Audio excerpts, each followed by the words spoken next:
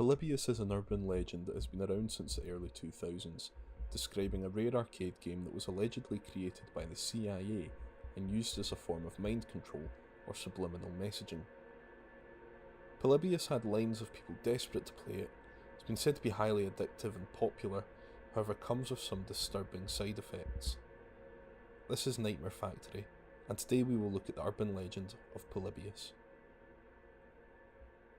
Now, allegedly surfacing in Portland, Oregon, 1981, an arcade machine surfaced at a local arcade that had captivated the mind of local kids. Lines of kids would queue for hours to have a chance to play Polybius. Once they started, they couldn't stop playing.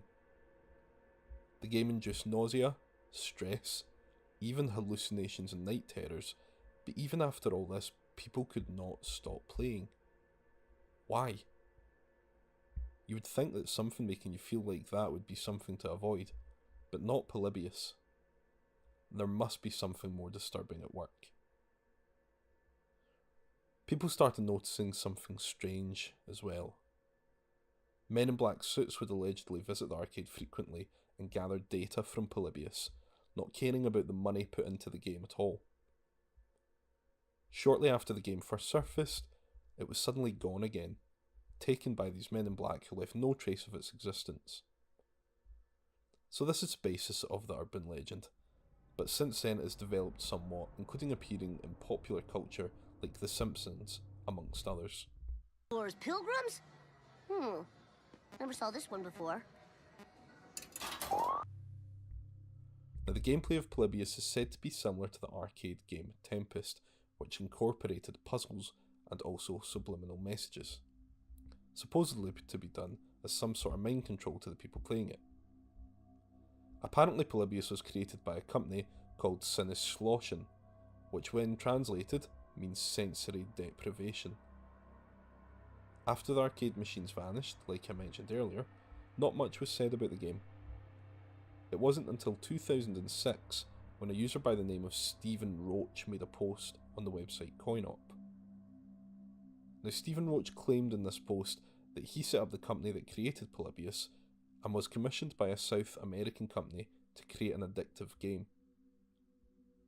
Stephen Roach further claimed that, although accidentally, the graphical properties and gameplay of the game induced seizures.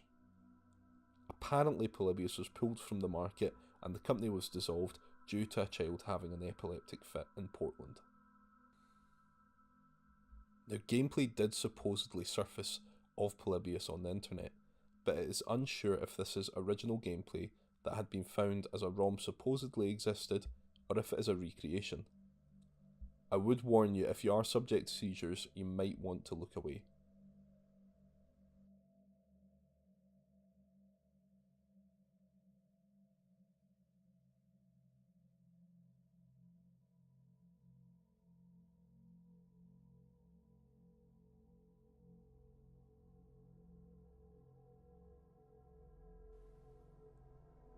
Now, as you can see, the gameplay is very much like Asteroids or Tempest, which were both releases around the same time.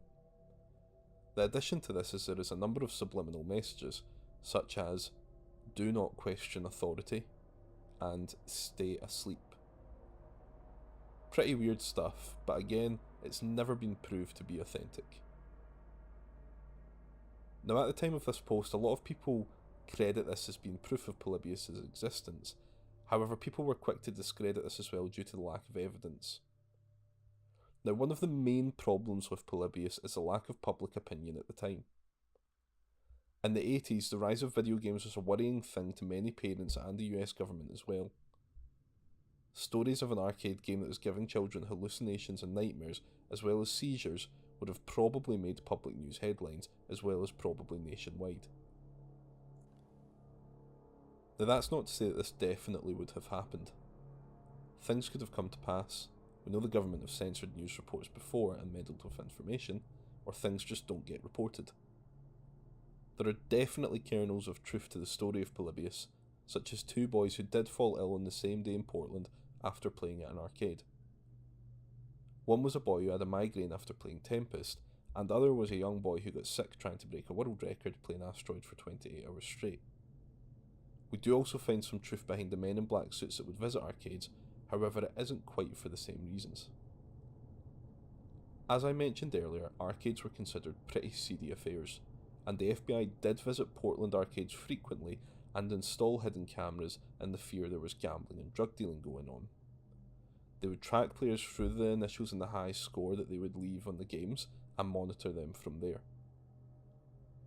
Now, all these things do contribute to a recipe for a conspiracy theory, especially considering MK Ultra, which had happened just previously, an illegal experiment by the CIA which tried to submit unwilling participants to mind control using electronics and drugs. Now, after all this, again, we have no proof that Polybius ever existed. In my honest opinion, I believe it to be what it is described as today, an urban legend. When certain events happen, like kids getting sick at arcades, people remembering seeing men in black suits around arcades, it's easy for these memories and stories to become distorted to the truth and embellished to believe what we want to be true. Maybe I'm wrong. Maybe one day an original Polybius arcade will be found and we can see what it really was like. Again, it certainly isn't out the realm of possibility for the CIA to experiment on mind control, especially on young minds. This has been Nightmare Factory. I hope you all enjoyed, and I'll see you soon.